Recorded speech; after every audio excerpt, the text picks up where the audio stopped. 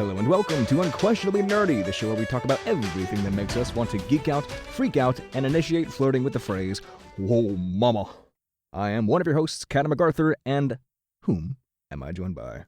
Well, today you're joined by your favorite host with the most, the funniest person you'd ever decide to make a podcast with, and a lover of, well, Johnny Bravo, Cole Browning.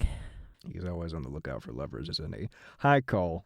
Ken, How are you? Yes. I'm doing great, and I'm assuming by the Johnny Bravo quote, please tell me we're digging into some cartoons today. Oh, is this the first time you've actually predicted the topic correctly? Because yes, we are looking into cartoons as our topic today. Specifically, we're looking into the topic of one Cartoon Network, the treasure trove of animated entertainment for any child that grew up in the late 90s and early 2000s.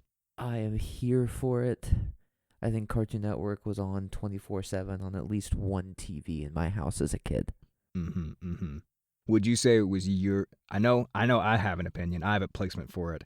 Between like all of like the kid channels of our childhood, given like Disney Channel, Nickelodeon, Cartoon Network, do you have a placement for Cartoon Network in that ranking? Cartoon Network kind of shares two positions. What I would give it is, at least for the first, say, 12 years of my childhood, it reigned supreme. It was Cartoon Network, Nickelodeon, and then Disney Channel. As I got older, though, and this is going to be a hot take for later, but once you hit the time of Amazing World of Gumball, regular show, and Adventure Time especially, Okay. I think that Cartoon Network kind of dropped off. Okay. And it probably hit second, and Disney Channel kind of came out on top. I would say probably for my ranking, I would put definitely Cartoon Network at the top of that list. Cartoon Network at the top of that list, followed by probably Disney Channel, and then Nickelodeon at the bottom of those three, with the exception of like Last Airbender is like one of the best shows ever. But we're not talking about Nickelodeon and Avatar.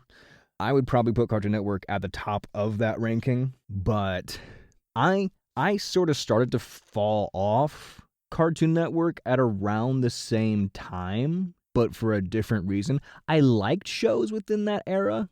I liked Adventure Time, and I never got too deep into Gumball, but I liked Adventure Time, and I liked Mad TV. That sort of era of Cartoon Network. But I started to fall off at that point. I say Alfred E. Newman and Spy vs. Spy were golden. Yeah. I always liked those couple of shows within that era of Cartoon Network, but I feel like that was also the time that middle school Cadden started to get introduced to the idea of YouTube existing, and Equals3 and Smosh and Freddie W and Corridor Digital existed at the time. So I went from, as we all have over time, switching from live channels to watching whatever weekly video you wanted on YouTube while playing Skyrim and or Minecraft and or whatever other game I was playing at the time. I mean, I guess that's true.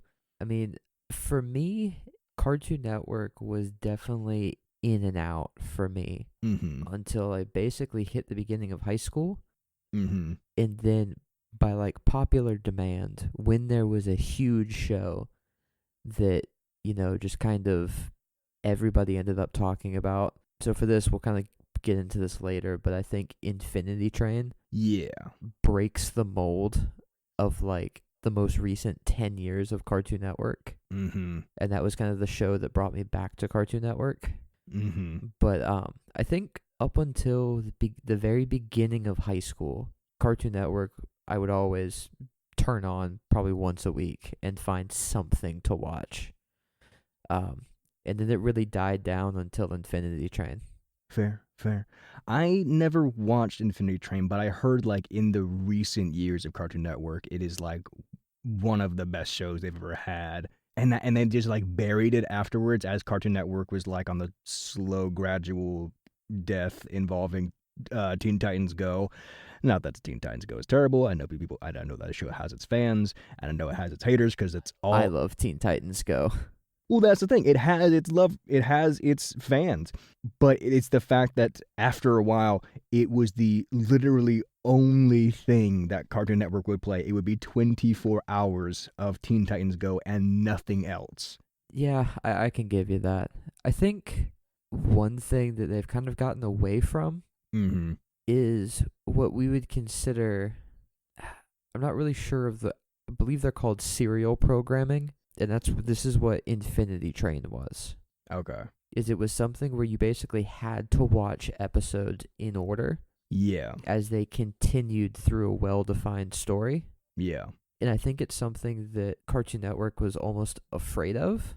Mm-hmm. Because, it wasn't something that you could easily re-air. True. Yeah, so, you couldn't just watch a random episode and be like, oh, cool.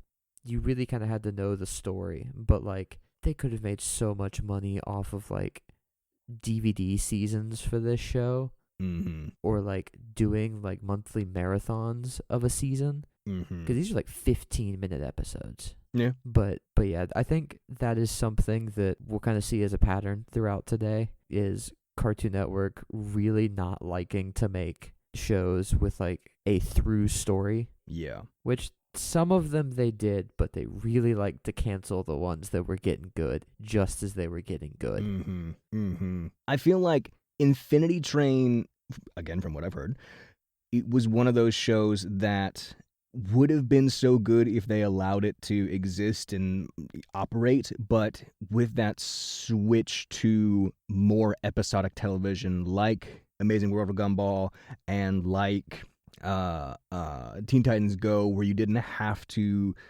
really, to be honest, put in the effort of having a long-running story, and you didn't have to have as complex of animation. It's something like Infinity Train at the time was never going to survive because shows like Teen Titans Go were just easier to make, and the audiences responded to them so well with all the bright colors and fast movement and all the quick shots of dopamine, as opposed to the longer form kind of stories like for instance, the original Teen Titans show, or even to some extent like Adventure Time. And even at the time, like you mentioned, DVD sales, but even at that time, DVD sales were very quickly dying off in favor of streaming. Yeah, and I mean, Infinity Train was a darling for HBO Max. Yeah. For a good 2 years before they took it off. Yeah. Sort of a weirdly cult classic kind of show. Yeah. Oh, almost exactly. Mm-hmm. Well, speaking of cult classics, don't really have anything to do with cult classics, but I needed a transition. In terms of the stuff that we really enjoy, Cartoon Network, we look back on eras like the sort of Teen Titans Go era, no matter your opinions on it, and we look at whatever problems you had with the recent years of Cartoon Network. We always look back on it in that sort of critical eye because it's Cartoon Network. We always loved Cartoon Network growing up. So, Cole, I wanted to ask what your thoughts are on what perhaps is your favorite Cartoon Network show. Do you have a favorite Cartoon Network show in particular? Me in particular, I listed my top 5. My first one being, of course, at number 1, Teen Titans, ironically. Again, comparing it to Teen Titans Go, it was a long-running story. It was always really good, fluid, strong animation.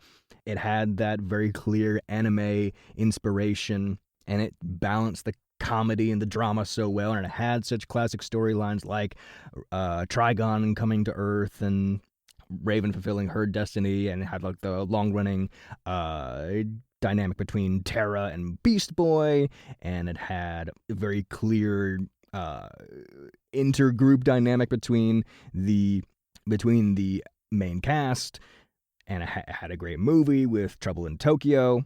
I think, looking back, Teen Titans, anytime I think about what is my favorite Cartoon Network show, one of my favorite cartoons in general, Teen Titans is always the first one to come to mind. Teen Titans, I think, is definitely a solid choice. Mm-hmm. It is definitely my top 10. That's 100%. Mm-hmm. Top 5, probably. But again, Cartoon Network, it's really hard for me to choose. Fair. Ironically, I don't like choosing favorites, so that's partially why I had to list 5, because I couldn't really choose just one. Yeah, I think I'm gonna go for a completely weird pull Go on. right away of just ones that I have fantastic memories of. I expect nothing less from you. The Secret Saturdays. Very good pull. Underrated pull. I would say this was like cryptozoology and Indiana Jones combined for the coolest fucking show ever. And it only went for like 2 small seasons. Yeah. It did not go very long. Honestly, they really did Young Cold dirty. From 2008 to 2010. Oh yeah, there was this period of like 2008 to like 2013 where they're just like, yeah, it's okay if we don't have long-running shows. We're just going to like swing for the fences and create some absolute bangers, but if they're not instantly successful, it's fine. We'll drop them. I want to fight whoever was in charge of Cartoon Network from 2008 to 2013. They made so many strange decisions in that time. But Secret Saturdays was one of the good ones, one of the great moments of that era, which unfortunately got cut short. But you're right, it was great animation. It was really interesting. It was a bunch of different cryptid monsters, and it had a longer running story, right? Yeah, so the Secret Saturdays was actually one of those shows where it wasn't as serialized as Infinity Train, but it definitely was one more like Teen Titans. Right. Where like you would have a weekly story, but then also there may be like 2 or 3 minutes per episode that would say, oh, this weekly story relates to some broader grand scheme. Very monster of the week, but dropping hints here and there. Yeah. So that was one thing I really enjoyed about it, is it kind of just, everything still felt connected if you watched all the episodes. So it felt greater, like when you actually took the time to sit down when every new episode was coming out. You felt like there was a huge payoff. Yeah. I think Secret Saturdays is a great pick. I think it's definitely one of those that the now adults that grew up watching those kind of shows, it's not one that anybody remembers outside of that demographic. And even several people, plenty of people within the demographic don't remember it. And it's one of those shows that you go, hey, do you remember that one? And you kind of just go, oh yeah, that existed. That was great. Yeah. I also, outside of Secret Saturdays, I do just want to give consideration, almost as an honorable mention to my list, to Camp Laszlo. Yes. And my gym partner's a monkey. Yes. Not because they were good shows. They were okay shows. Okay. But because they had fucking rage-inducing CartoonNetwork.com games. You're right. They had the 2 hardest, in my opinion, CartoonNetwork.com games. The fucking Flash games. And, dude, those Flash games took up so many hours. So I just have to give them honorable mentions because whether it was because they were rage-inducing or actually fun, I remember those 2 shows just for how epic the designers were of their Flash games. Yeah. I remember my favorite of the Flash games was, I remember the Teen Titans one had like the fighting game, like the Street Fighter style one, where you could play like any of the Titans or the High Five. Dude, I remember that one now. Holy shit. Yeah. I thought that was an actual game. You're right. They just made a better Street Fighter on Flash. Yeah, Teen Titans had their Street Fighter one. I think my favorite one was the Ben 10 one, where you could transform into the different aliens. I remember like when I would get out of elementary school and I would go to the high school where my dad taught in Mississippi, and like he would be finishing up after school rehearsal with his students as the high school band director. He would be finishing up rehearsal, and my brother and I would both finish our homework and then like go to his office where we could play the CartoonNetwork.com games in his office. And Ben 10 was my favorite because like you turn into Ghost Freak and move through the walls. You could turn into forearms and break stuff. You could turn into Heat Blast and fire blasts and shit. Dude, you're forgetting about the best one. Go on. It was turning into gray matter and solving the freaking like circuit puzzles. Oh my god. I've never been good at the minigame puzzles. Dude, so gray matter was always my least favorite. Dude, those gray matter minigame puzzles were like the best part of that Ben 10 game. Oh my god. But I remember the Ben 10 one being great because it actually had like multiple missions. Right. And you had to be good at you had to be semi good at all of the different aliens. Yeah, it was a weirdly well made game because it had like mechanics. It had those mechanics of the different aliens that came into play at different points in the game, and it made each one feel valuable at different points. Oh man, CartoonNetwork.com could deserve its own episode. I swear that was. I know. Flash games in general. Flash games. There are so many websites that used to be paramount to a child's just coolmath.com. education. Cool Math. There was like Armor games. Mm-hmm. So many fun Flash games. Pop Tropica. Jesus. I love that Cartoon Network is just bringing us down this rabbit hole of Flash games. We should have expected this. Disney tried, and they just couldn't do it. Disney had like the Zack and Cody game. They could just never get that good. They didn't have the same developers. They were never as good. Banger after banger. Mm-hmm. They had DisneyChannel.com and they had Nickelodeon.com with their Flash games on them too. But I think I agree. I would have to say Cartoon Network, CartoonNetwork.com probably had the best games. Yeah, I think hands down that's the right answer. Mm-hmm. Ooh, I got another out there one. Okay. Which I'll tell you right now, my main memory of this is actually an unaired episode that they released as a special feature on the Green Lantern First Flight animated movie DVD. Was that the 3D animated one? No, the Green Lantern animated series was the 3D one. The First Flight was an animated movie they made back in like 2008. Okay. But that one came with an unaired episode of Duck Dodgers. Okay. Where he ended up becoming a Green Lantern. Do I remember that? And it was a crazy episode. You're scratching an itch on my brain. So I just have to bring up how epic Duck Dodgers was of a show. Green Lantern. Oh my god, you're right. Yeah, Duck Dodgers. I did not remember that episode at all. It was a unreleased episode that was a special feature on that Green Lantern DVD box set. Yeah. Oh my god. I forgot Duck Dodgers was a show because I feel like I remember the first memory I have of Duck Dodgers, it was already on Boomerang. I remember explicitly watching this on Cartoon Network. But to this day, Duck Dodgers is my favorite Looney Tunes show. And by Looney Tunes show, for the audience, I'm taking into account any show that has any Looney Tunes characters in it. Mm-hmm. I will say there's a close runner-up in terms of favorite Looney Tunes show for the actual Looney Tunes show from like 2012. Yeah. Also amazing. But Duck Dodgers for me just takes the cake. Do you like it more than the original Looney Tunes from like the fucking 70s or whatever? I personally do. Oh, wow. There are some episodes that really get to me of the original Looney Tunes. Mm-hmm. But overall, I think I'm going to take Duck Dodgers. I don't even remember if I can't even like genuinely recall a complete episode of Duck Dodgers. I would say honestly, maybe that's a crime.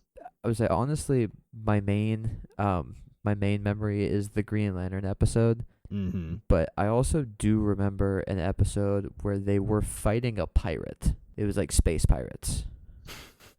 Okay. Jeez.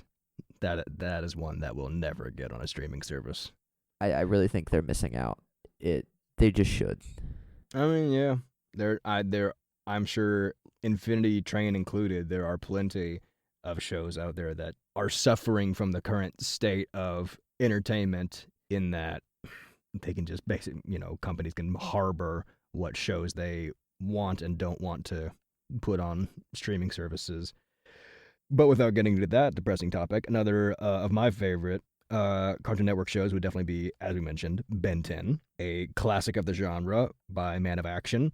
It was another pretty episodic Monster of the Week style show that but had a sort of build to it with like how certain story elements were introduced with like for example like Ghost Freak becoming conscious within the watch and trying to possess Ben and being a sort of longer running character in that way. You had of course how Ben would gain certain new aliens over time, starting with Cannon Bolt and then Wildvine, and so on and so forth. It was a show that was so very clearly built on the idea of we want to use this to sell toys, but it still worked really well because all of the alien designs were really cool. They all had cool powers, and outside of like the marketing ploy of wanting to sell all these alien toys, it just worked as a show. It was just a well-written, fun show with great animation and good action and funny moments and whatever else. And the toys were also excellent. I remember my brother and I begging my mom to buy us both like the plastic omnitrix that you could twist around and see all of like the plastic fucking aliens within, and you smack it down to turn into it. I do remember having an Omnitrix. Mm-hmm. Dude, that was such a fun toy. It was great. It was one of the best. One of my favorite toys. But now that you kind of talk about the Ben 10 show, mm-hmm. I feel like we have to kind of get into things like Ben 10, Teen Titans, yeah, all the different like Batman series and of the like things that have kind of taken multiple reboots, right, or sequel series or things like that. I have to admit, I'm not well versed with the Ben 10 kind of reboot that they did the past few years. Mm-hmm. Mm-hmm. But I do have to ask, what did you think of the Ben 10 sequel series? Specifically, I would say Ben 10 like Alien Force and Ben 10 Ultimate Alien, like the teenager ones. Yeah, there was Alien Force and there was Ultimate Alien, and then I think after Ultimate Alien is when they really rebooted the show into Ben 10 Omniverse, and then it started over with the next show was just straight up Ben 10, but like a completely different run on the show. To answer your question, I think Ben 10, the original Ben 10 series, still stands out as my favorite. Like, it's just a, pun intended, 10 out of 10 right from the start. I think it's got the best animation. I think it's got the best alien designs. I think it just has the most fun with it. Ben 10 Alien Force, I think, is an excellent follow-up. Ages up Ben, kind of matures him as a character. He's still a young kid who's, I think he's like 14 or 15 when the show starts, and like we see him kind of in this latter stages of that goofy kid persona that we see him in during the Ben 10, the original series. But like we see him grow to be more of a hero and accept more of the responsibility that the Omnitrix gives him. And then we see him grow even further as we go into Ultimate Alien, and he has to like really start stepping into like this really intergalactic universal role as like a member of the Plumber Force, and seeing the intergalactic impact that he has, and recognizing that there are threats outside of that don't just affect Earth, and also people to save outside of Earth. And then we have Omniverse and the reboot Ben 10, neither of which I have seen. I think Omniverse, in terms of animation, is fine. I think the Ben 10 original series, then Alien Force and Ultimate Alien are both in very much the same animation style. But the original series and Alien Force and Ultimate Alien kind of stick to more of the realistic style. I say Omniverse expanded the world a lot farther than I feel like the first three had. They go into the multiverse. Yeah. Also, the fact that I feel like, well, Omniverse, you left Kevin and Gwen, if I remember correctly. Right. Or you left at least one of them. Yeah. they're still in the show, but he gets a different companion. Yeah. In my personal opinion, Ben 10, part of the show wasn't the fact that we were all there for the kid with the cool gadget. Mm-hmm. It was the fact that this kid was basically being towed around through the summer by what I'm going to call the animated version of Bruce Campbell. In Grandpa. Because I really think that their grandpa was just an animated Bruce Campbell. And if not, mistakes were made. Live action Ben 10 reboot, I just want it right now. I don't care who the kid is. I don't care who Gwen is. Just please get Bruce Campbell to be the grandpa. I can definitely see Bruce Campbell as a live action Grandpa Max. I never would have thought of that because I feel like Grandpa Max is a part of the joke is that he's like a hokey old guy who's like not as cool and hip as, 10-year-old Ben wants. Grandpa Max was a badass. Well, we know he's a badass, but to Ben in the show, he's like an old fart who he loves, but he's an old fart. And that is one of the things I recognized from the beginning. Ben fucked up. Fair. But I definitely think that the quality was highest, at least in the original series, across Ben 10, Alien Force, and Ultimate Alien. I agree.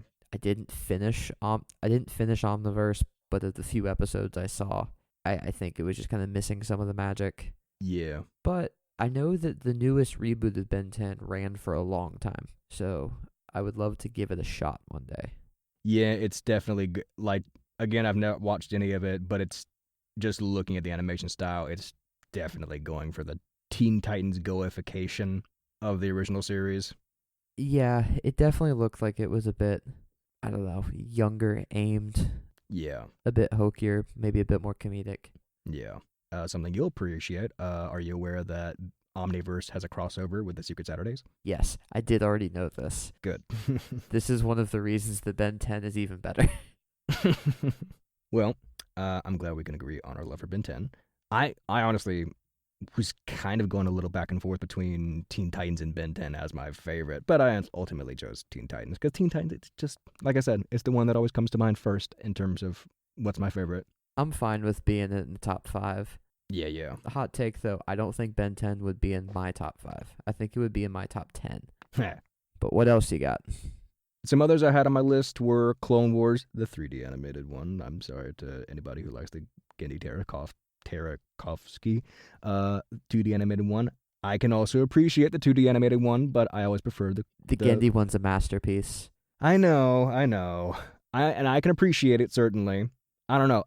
It's like that Samurai Jack style where it looks great.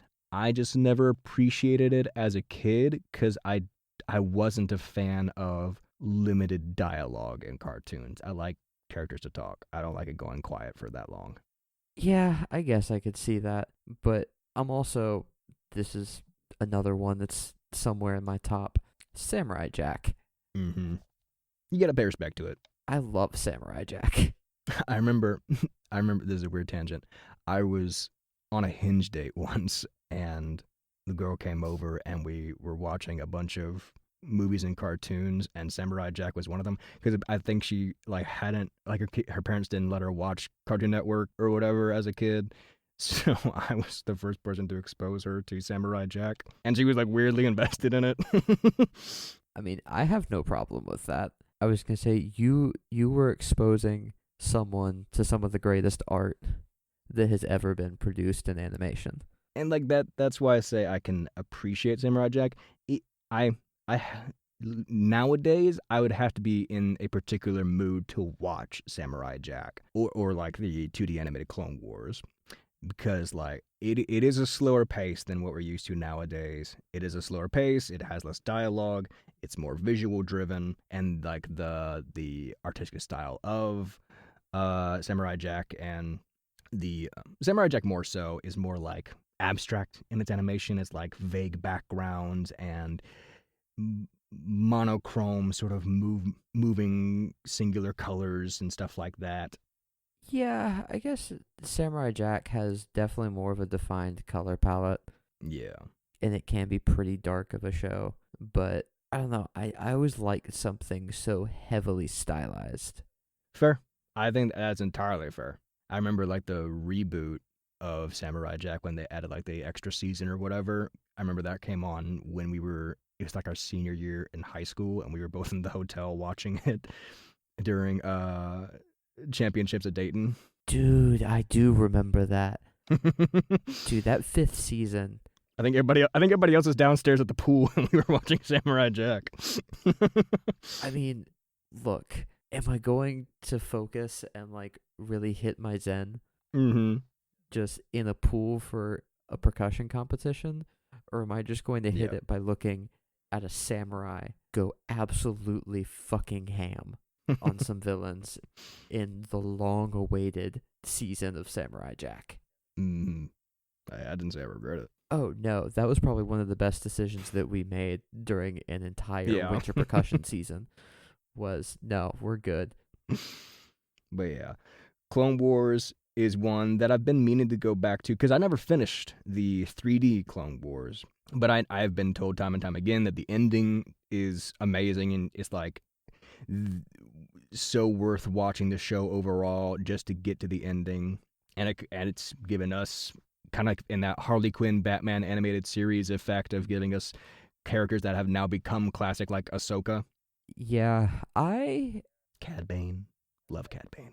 Have a hot take when it comes to the Star Wars Clone Wars 3D series. Oh. First, I am probably a fan more of the Genndy Tartakovsky 2D one than I am of the 3D one. That's just my personal preference. But I think that your argument for it being one of the best Cartoon Network shows stands as long as you can't include the final season. You don't like the final season? I'm not saying I don't like the final season. Okay. But before people get in the comments and just roast me. The final season is good, but for me, the final season is basically a Disney story. I would say the final season was made once it hit Disney Plus, and all of these different crazy things went down. To this day, I will not recommend, unless they want to be a completionist, sure, to see how the Clone Wars story kind of wraps in to, wraps in to the full Star Wars story. I will not recommend they watch the newest season that came out 2 or 3 years ago. I would recommend that they stop with season 6. And even then, I think that the perfect viewing of the Clone Wars is seasons 1 through 5. Okay. I feel like season 6 definitely gets into a few legend style stories. In terms of like, is this actually what happened, or were they kind of just going for broke and developing their own Star Wars story? Because that's the ones where it's like you had Yoda versus Darth Bane and stuff like that. Some of my favorites, but I definitely can only watch on repeat the Cartoon Network seasons of the Clone Wars. Yeah, like I said, I've never finished it. I've heard good things, but I'm sure there are plenty that share your opinion just based on the fact that it is finishing of the show in the hands of Disney, and everybody has their opinions on the Disneyfication of Star Wars. But I have it, even though I haven't finished the show itself, I have it on my list out of pure nostalgia because I was huge into Star Wars as a kid, including Clone Wars. Oh, trust me, I'm still huge into Star Wars. I think I think one of the best segments of Clone Wars, I believe there was a 3-episode arc about the destruction of, I want to say, Grievous's like star frigate. Yeah. I forget what it was called, but it was like one with like some new like anti-gravity like traction beam or something like that. But that one stands up there for me, that 3 episode arc of destroying that ship. Yeah, I have personally Clone Wars on my list because like one of the main sort of general memory I have of Clone Wars is I was so into Star Wars and it always came out on Friday nights, which unfortunately for me is when the high school would have football games and my dad would have high school marching band performances every Friday night. So I would have to be pulled away from the TV by my mom so that we could go watch my dad's band perform. And then I would have, after the halftime show, I would be like shaking my mom, begging her to take us back home so I could hopefully catch that new episode of Clone Wars. And I almost never did. Tragic. Disappointing. I know. Well, another one I had on my list was, of course, Ed, Ed, and Eddie. Another episodic one with, I think, weirdly enough, one of the most standout parts of Ed, Ed, and Eddie was one, it's just like a nice show to return to. It's like Ease of Summer style until they get to the later seasons where they're in school. But one of like the most standout points of Ed, Ed, and Eddie were the sound effects. Just a weird variety of sound effects. I honestly can't remember the sound effects.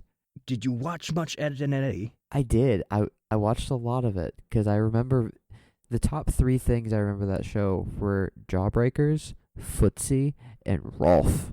And the boys? Loved Rolf. Rolf. Rolf is one of those like foreign characters, quote unquote foreign characters, that doesn't offend anybody because he's not from any specific culture. He's just foreign. Rolf is just that guy. He's just that guy. But to this day, Jawbreakers are still one of my favorite candies. I have very fond memories of Cracker Barrel's Jawbreakers, and I associate my love of that partially with just memories of my family going to Cracker Barrel, but also the fact of Ed, Ed, and Eddie went through all of these hoops to get Jawbreakers. Mm-hmm. Therefore, they must be one of the best candies in the world. They must be great. Yeah, Jawbreaker's never my thing because I don't know. If candy is ever in my mouth, I feel an instinctive need to bite down on it. Like peppermints and Jawbreakers and the hard Jolly Ranchers never last long for me because I just need to bite down on them. Yeah, no, I was good with having the slow release of just the different layers of a Jawbreaker. Yeah, you're more patient than me. I would say patience is a virtue, especially when it comes to god tier candy. But no, Ed, and Eddie, I think, was definitely top tier in how episodic it could be. Yes. Of just you could pop into any episode. It didn't matter when, where you were, what time, whatever episode of Ed, and Eddie it was, you would have a great time with it.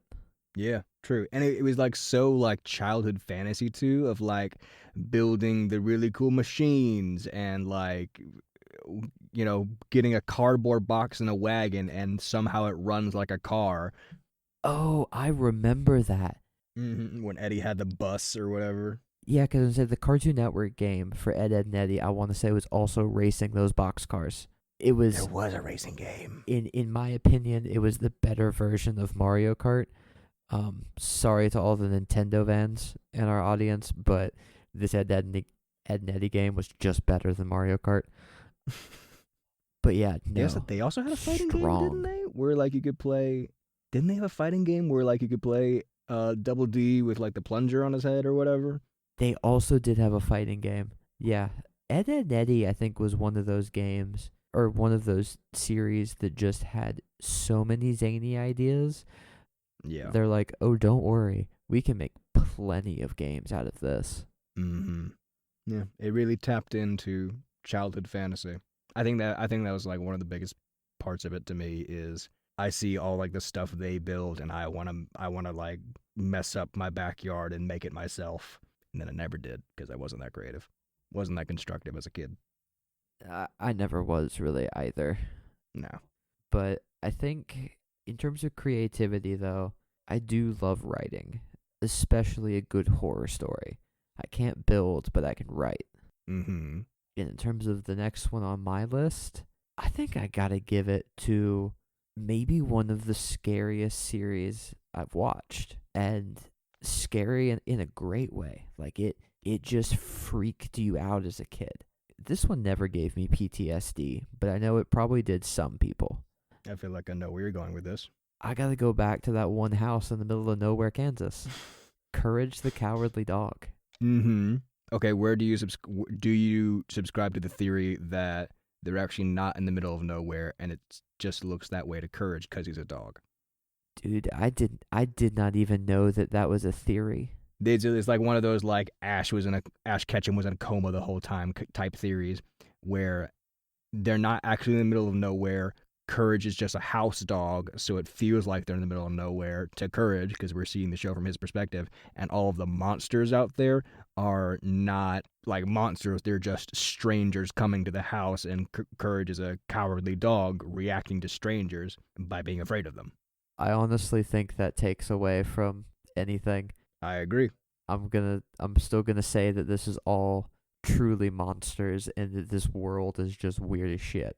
Yeah, it's a bad theory. Yeah, I was gonna say fuck people for trying to make Courage seem like basically some realistic, trying to put some psychological twist of, oh, this is just the perspective of a dog. No, let it be weird. Let there be monsters. Let there be monsters. I feel like that should be our first merch hat too. But yeah, this would probably scare anyone away from like my apartment or house in the future.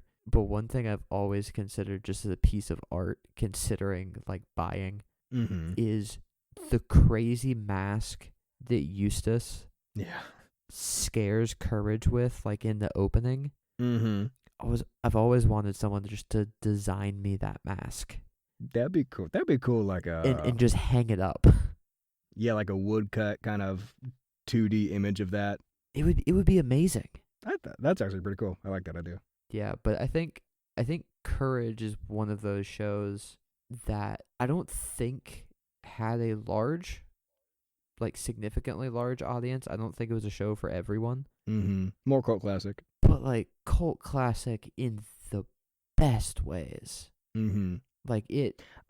You can just look back on it. Yeah, I didn't watch much of Courage, but that's only because it was a horror show, and I didn't like. Itty Bitty Cadden did not do well with horror. Like I was a cowardly Cadden. Like I left the room the first time I watched Goblet of Fire when it gets really scary when Voldemort comes back. I was scared of the live action the Percy Jackson movie adaptation when they're trying to hide from Medusa. Young Cadden was a coward. I did not do well with Courage. I got scared of that Avatar Last Airbender episode with the blood bending for the first time. Yeah. Courage scared me away. Oh no, Courage definitely had scary moments. I get where you're coming from. Yeah. But like Return the Slab. It couldn't deter me away because there were some scary episodes and then there were some not scary episodes that like really made a toddler think, you know?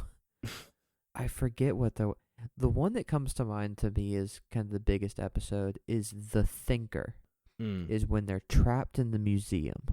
And like the Thinker can move and can talk to Courage, and I think he ends up falling in love with like another statue, and I could be misremembering this entirely, but I want to say that the Thinker and the Kiss are two statues done by the same artist. I don't know why I want to say it's Rembrandt. It's not the artist. It starts with an R though. I don't remember what it was. But I want to say that like once they start Rodin, yeah. But yeah, I want to say like the Thinker started moving in the episode and I think was part of like trying to find love and was chasing Courage because he thought he was trying to ruin his chances. And then in the end he finds like another statue and like they end up making out at the end and they're kissing when everything like Night at the Museum style turns back to normal. And I want to say it's another Rodin statue like in real life that they end up becoming, but I'm not positive. I don't know. But either way, it's like that art museum episode I really liked. Yeah. Not a lot I remember from Courage. like bits and pieces I remember. But I also went back when I was last going through it, I didn't remember a lot of episodes from my next pick being Adventure Time. Adventure Time is I feel pretty good putting it at number 5 on my list. Going back through it, I remember when the last time I watched through the show, watching like the early seasons, the early episodes, it was very much like trying to include like the weird sort of Saturday morning cartoon like morals, like this is here kids, this is the fucking lesson you're supposed to learn.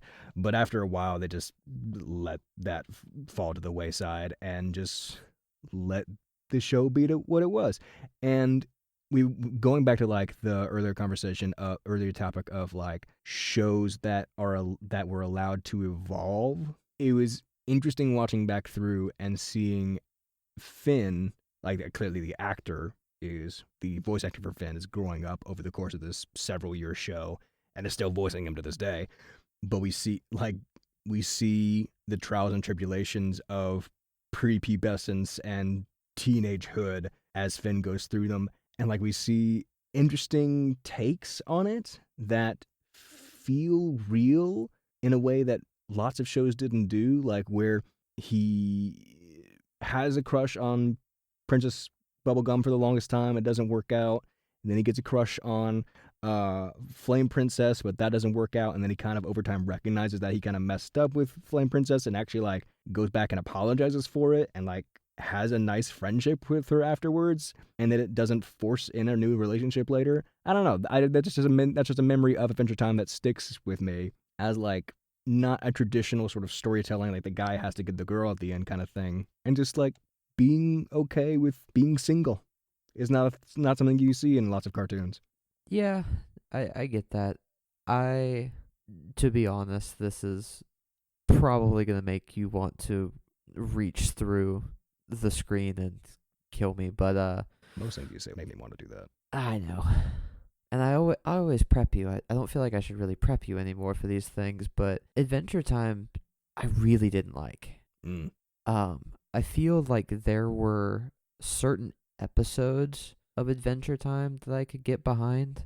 I think the biggest thing for me, though, is I just wasn't a fan of the animation style.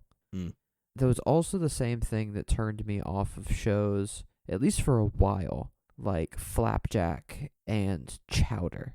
Is it really just took me a minute to just kind of get into the animation, because like I didn't like looking at the TV. Flapjack I can understand entirely. But for me, Adventure Time was the same thing. I do have to give you one thing, though, on Adventure Time. I think there's at least 1 or 2 episodes that I think are probably in the top 10 episodes that that Cartoon Network has ever produced for any show. I want to say the backstory episode when they first introduced the friendship between Marceline and Simon. Yes. One of the best parts of the show. I would say I can't watch the entire show of Adventure Time, but I could go back and just watch the 2 or 3 episodes of Simon and Marceline's like backstory. Is it because of the Cheers reference? Probably. Yeah, well. But yeah, I think that especially the first episode setting that up is one of the best episodes written, at least in that era of Cartoon Network. But I think that is the one thing that I can give it, is that whoever wrote that backstory in those episodes for Adventure Time should have won some sort of writing award for the series. If it didn't, they were absolutely screwed out of a win that should have been theirs. No, I'll kill you for your opinions later. I say it's fine, because I think I'm about to bring up I'm not going to say the mortal enemy, but I feel like the antithesis to Adventure Time. Because in my top 5 is Regular Show. I feel like the other hugely popular show, other side of the coin, kind of opposite Adventure Time in like the early 2010s era of Cartoon Network. I think while I talked about like Infinity Train earlier and like the serial kind of shows that I really liked, I think that I think the regular show was basically our like childhood version of Seinfeld. I'd say that's fair. Or at least for most of the seasons, like the final season when they're in space is pretty serialized, right? Because they're trying to destroy like Pops's evil twin cosmic brother or something. Never made it that far, but okay. Oh yeah, it gets crazy. But I think most episodes could be watched whenever, in whatever order. Mm-hmm. And it really just was a show about nothing. I think yes. this may be the first episode overall, but one that I felt like was hilarious was what happens if you tie in rock, paper, scissors 100 times in a row, and then you summon like this extremely powerful cosmic demon. I also remember Death Kwon-do Mm-hmm. and the making of like the meatball subs.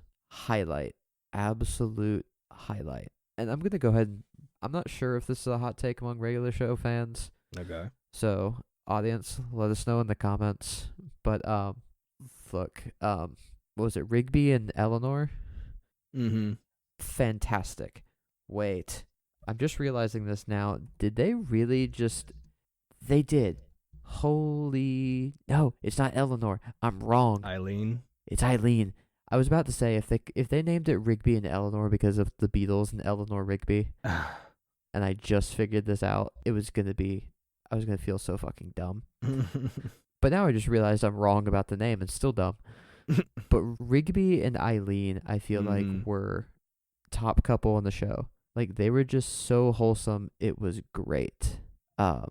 Yeah. But and to like the point of what I was saying about Adventure Time, kind of allowing the show to relate more realistically to the young adult transferring into teenage, or like the preteen transferring into teenage audience. I feel like they had a lot of stuff like that in regular show too, like fucking, oh god, the character's name, the bird, Mordecai. Mordecai had the episode where he got to see him basically mourn his failed crush on female bird character Margaret. But like he didn't get the girl in the end, and we had the episode where he mourned that relationship, and it was just treated as regular. It wasn't like a sad ending. It was just like something that happened. Yeah, that was a good episode, but that brings me to the hot take that just left my memory for the past 5 minutes. I was bringing up Rigby and Eileen because I saw them as the healthiest relationship, even though they weren't really the one that had all the story beats. That was more Mordecai's relationships. Yeah. But I'm Team CJ all the way. I think that CJ 100% was the better move for Mordecai. And I think in the end, he doesn't end up with CJ or Margaret, but Margaret was absolutely terrible for Mordecai. Voiced by Linda Cardellini, so it must be good. Wait, CJ was voiced by Linda Cardellini? According to Google.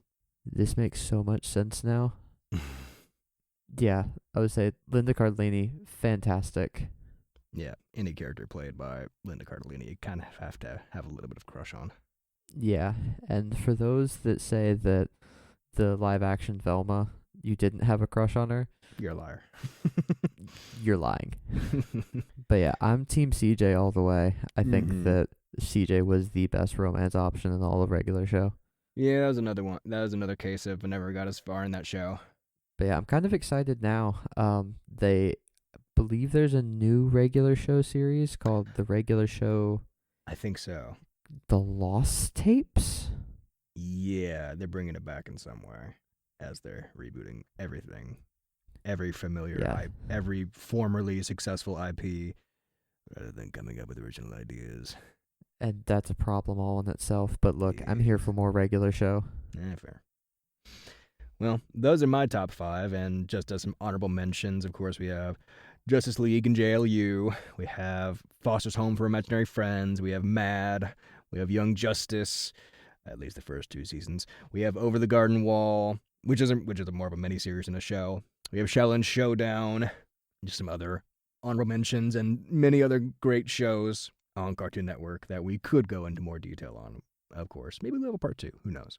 I could be completely wrong, but I think I have to issue some sort of correction on Shaolin Showdown. Oh. I want to say that Shaolin Showdown was actually not a Cartoon Network show.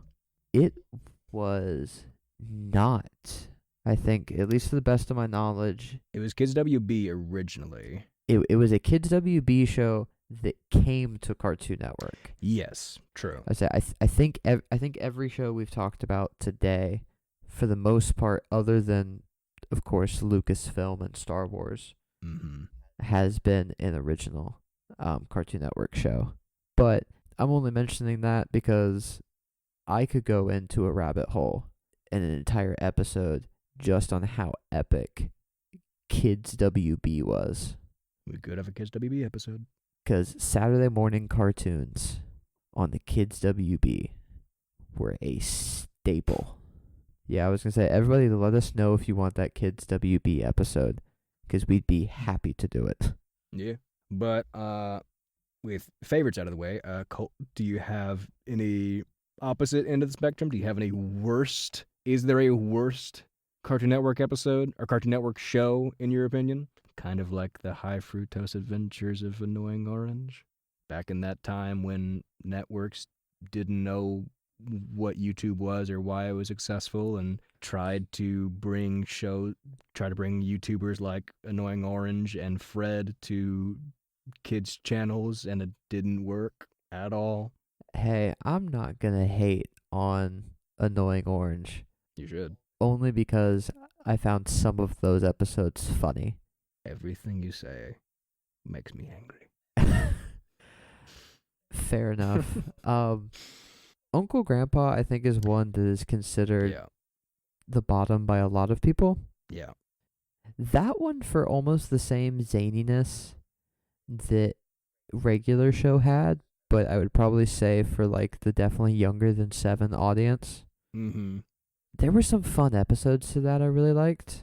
And the incestuous connotations of the title. Forget about that. I know we didn't talk about Steven Universe. I know that's a popular one. Is that on your worst? I wasn't the biggest fan of Steven Universe, but I enjoyed that it also kind of had a through story. Yeah, true. Like, there was like an expanding universe, and they put time into the actual story. And while the animation and just kind of the general episodic nature of it, I wasn't the biggest fan of, I would still consider that one of the most creative shows that they decided to put on Cartoon Network. And I'm kind of glad that they're keeping up with it. I think either they're rebooting it or doing a sequel series or something. Wouldn't surprise me. I watched like 2 episodes. I think I'm gonna have to throw in Clarence as an absolute bottom. Clarence. Oh yeah, that shit. I forgot that existed. Fair. I'm also gonna throw, what is it, Secret Mountain Fort Awesome. Yeah, also fair. There were a couple in that era where they were just like going for stuff that was intentionally bad, it felt like. I feel like absurdism, like the art form, kind of just became their go-to word. And this is that, like, probably 2013 to 2017 kind of time period. But yeah, I think definitely in the Steven Universe, Uncle Grandpa, Clarence, what do we got? The Magisword show, which that one had a cool premise. But you had like Mixels, Craig of the Creek. I definitely think that was the lowest point of Cartoon Network. Some of those shows still had, like fun parts, but like definitely that main lineup of shows was 100% the weakest. Well, do you have any sort of in between that you found to be an underappreciated Cartoon Network show? Something like Scooby-Doo Mystery Incorporated? Yes, Scooby-Doo Mystery Incorporated was good. I don't feel like Scooby-Doo Where Are You? Or no, it wasn't Scooby-Doo Where Are You, it was What's New Scooby-Doo. What's New Scooby-Doo, yeah. I don't feel like that one was underappreciated. No, I feel like that one, I kind of consider that one to be like one of the main Scooby-Doo shows. It is my main Scooby-Doo show. That's the one I grew up on for sure. shout out to Simple Plan Mm-hmm. for such a banger of an opening title track. Very true. I think an underappreciated one, it only ran for a season, was the Beware the Batman show. Yeah. It was a darker one that I believe had Lady Shiva in it. Mm-hmm. Alfred was somewhat young enough to be like an MI6 agent. Mm-hmm. It had Professor Pig kidnapping and actually trying to kill people. I think it was actually done by the same team behind the Green Lantern, the animated series. It looks like it, yeah. So I think overall I'm a huge fan of what Cartoon Network did with all the DC shows. Mm-hmm. But I feel like the Green Lantern animated series, and especially Beware the Batman, are underappreciated shows. Fair enough. Well, on the topic of weird eras of Cartoon Network, we talked a little bit about, off mic, we talked a little bit about the live action era with shows like Dude, What Would Happen, Destroy, Bill, Destroy, etc., etc. But we'll probably just wait to discuss those at greater length on their own episode, because I feel like there's enough material in there to discuss the whole weird time when they had such a focus on live action and like really crammed it down our throats on the Cartoon Network. I could give a very thorough review of Unnatural History if we're really talking about underrated shows on that episode. I think that Unnatural History and Tower Prep, if you guys haven't watched them, I would watch them now before we do an episode on all of these Cartoon Network live action shows. But for scripted live action series, they had serious potential. Another one that I forgot existed, but I was reminded of when doing the prep for this episode, is The Othersiders, a group of teens investigates paranormal hotspots in search of the supernatural. Is that a live action That was a live action one. Dude, that's just Ghostbusters. It's just Ghostbusters. Or not Ghostbusters, Ghost Hunters. Ghost Hunters, yeah. Hell yeah. I forgot that one existed. But we'll leave the rest of those live action shows for a longer episode somewhere down the road. I do have to call out one more thing. Go on. Sorry, I have to go back to underrated shows. Uh-huh.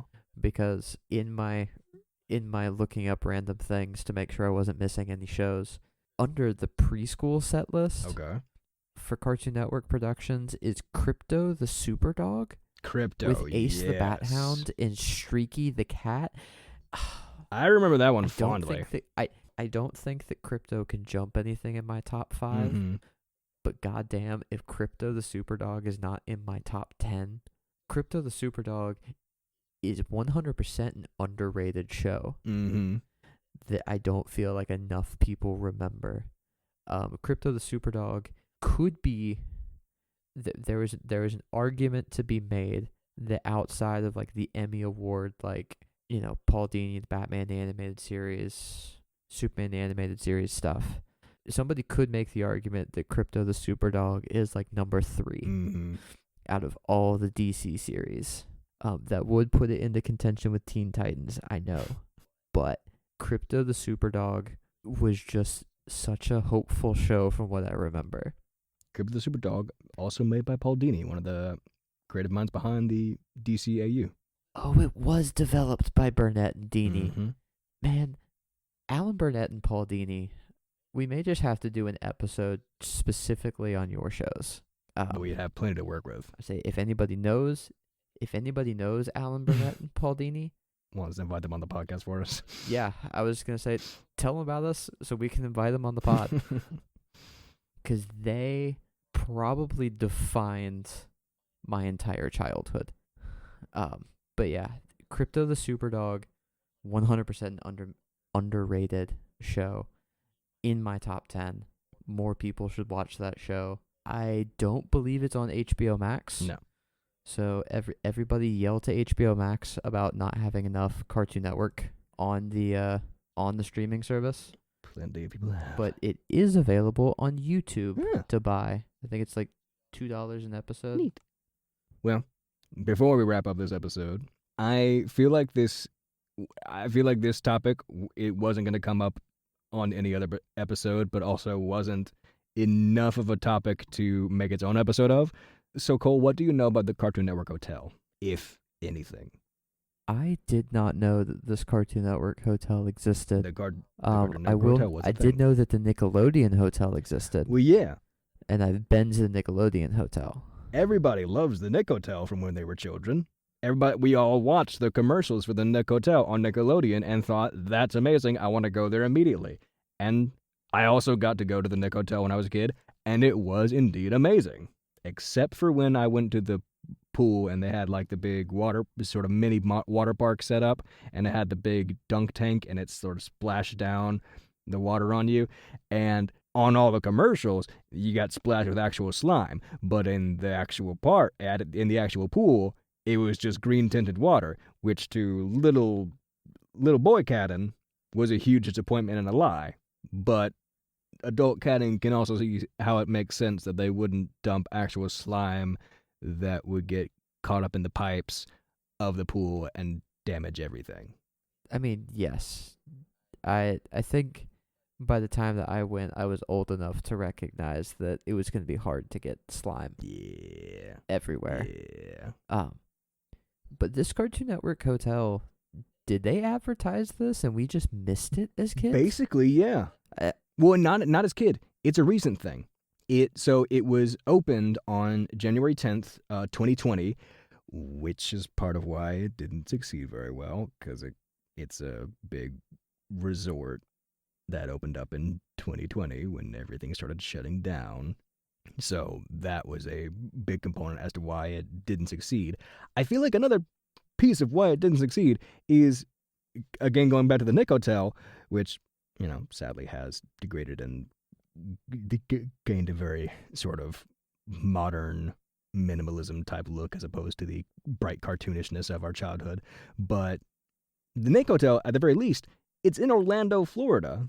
It's next to Disney, and it's next to fucking Universal. It's next to fucking SeaWorld, if you're down for that. It's next to a bunch of stuff you can do. Guess where the Cartoon Network Hotel is if you're not looking at Google right now. I'm going to have to assume it's somewhere in the middle of fucking nowhere. Basically. We're going to go with the Courage the Cowardly Dog. We're going to say Kansas. It's not in Kansas, but you're kind of right. Sorry to anybody who lives here, but it is kind of the middle of fucking nowhere if you're a big resort with like name franchises, like strong name franchises. The Cartoon Network Hotel was opened in East Lampeter Township, Pennsylvania. Fucking why? Why fucking Pennsylvania? What is there to do specifically for kids in Pennsylvania? Why the fuck would you open a Cartoon Network hotel with like all the colorful cartoon pictures and colors and all like the attractions for kids where there's nothing to do with kids? If you're bringing your kids on a vacation just to see the Cartoon Network hotel, it's gonna be a short-lived vacation because there's nothing else to see around there. Okay, so now I did have to research this to just be like, all right, what would bring people to East Lampeter, Pennsylvania? Yeah. Apparently there is a theme park there. I saw that. There's a theme park, but it's not fucking Orlando. I mean, true. So it's not going to get near as much traffic, but I mean, no. In terms of the marketing, I don't remember any of the theme parks having Nickelodeon themed rides. I mean, no, I guess not. Right, like it was just Disney World having Disney rides. True. But at least like you go to those places, like you go for Disney World or Universal or whatever else in Orlando, and then you get to stay in a cool hotel in the Nick Hotel. If you happen to go to Pennsylvania, I guess you could at the time stay in the fucking Cartoon Network Hotel. But the hotel itself was not incredibly successful. Opened in January 10th, 2020. Unfortunate. Very unfortunate. And only closed recently in 2026. The primary reason cited for the closure and subsequent rebranding, as it was sold off to another hotel. The main reason cited was the expiration of the licensing agreement between Palace Entertainment and Cartoon Network. but that can't have been the only reason. This can't have been profitable. I guess like it's more profitable than any other given hotel in the area for people going to the one or two amusement parks in Pennsylvania, but it just seems like a strange decision. I guess it was a cheap buy.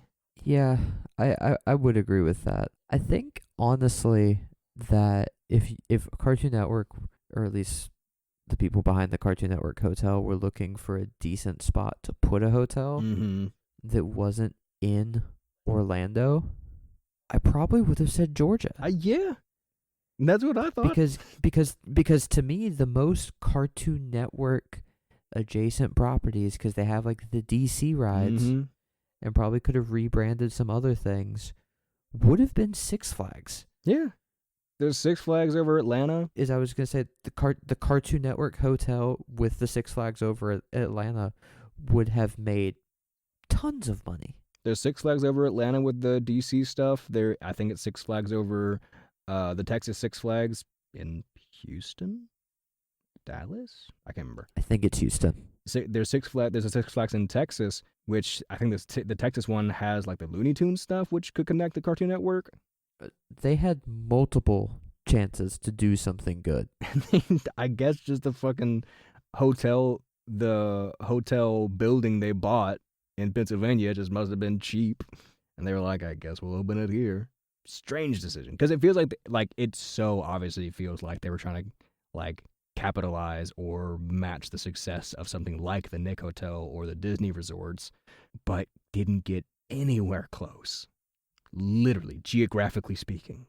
Which is super sad. Very strange. Because honestly, I probably would have enjoyed the Cartoon Network hotel. Yeah. Oh, sorry. So Six Flags over Texas is Arlington. So Arlington. It's Dallas. Dallas, okay. Which for me, Cartoon Network hotel, Six Flags over Texas, and Dallas Cowboys, all within probably 20 miles of each other. That would have been great. I would have been traveling to Texas yearly. Strange decision. Missed opportunity though. That really sucks. Very strange. But I just felt the need to discuss that at some point on an episode, and I didn't think it would get its own episode, because I think we've said all we need to say about that hotel right now. And that's all I had, Cole. Anything else you want to talk about Cartoon Network? I think we should just bring up the point. The Cartoon Network hotel was not a bad idea. No. It was just a badly executed idea. I think probably the Nick Hotel is probably still successful, even if it is minimalist and boring now. Probably. Other things to bring up today? I don't think so. Again, I think we are really set on doing a Cartoon Network live action episode specifically for that. So if you guys have any shows that you want us to make sure to mention or go more in depth on, let us know. If anybody knows Alan Burnett or Paul Dini, we will probably be dedicating an episode to all of the DC animated universe that they have helped build. And then, yeah, I think if you guys are looking just for some nostalgia and to go back and some top tier cartoons, I would say this isn't sponsored in any way, but know that Warner Brothers is an HBO or the same company. So most of the Cartoon Network shows are going to be found on HBO Max if you want to stream them. I say that's where I get especially the DC animated universe stuff and some of the older ones too. I would say they still have Courage on there. Yeah. But other than that, I think that's all we have today to say about the wonderful universe of Cartoon Network. Mm-hmm. If you have any of your favorites or you have any thoughts on the best, worst, or underappreciated, let us know in the comments. Well, all right, Cadden. I think it's time for us to magically disappear. Put a pillow over the face of this episode and just smother it. Go back to the ether until the next episode. Yeah. So everybody, this has been a great time. I'm Cole Browning. I'm Cadden MacArthur. And this has been Unquestionably Nerdy. Good night.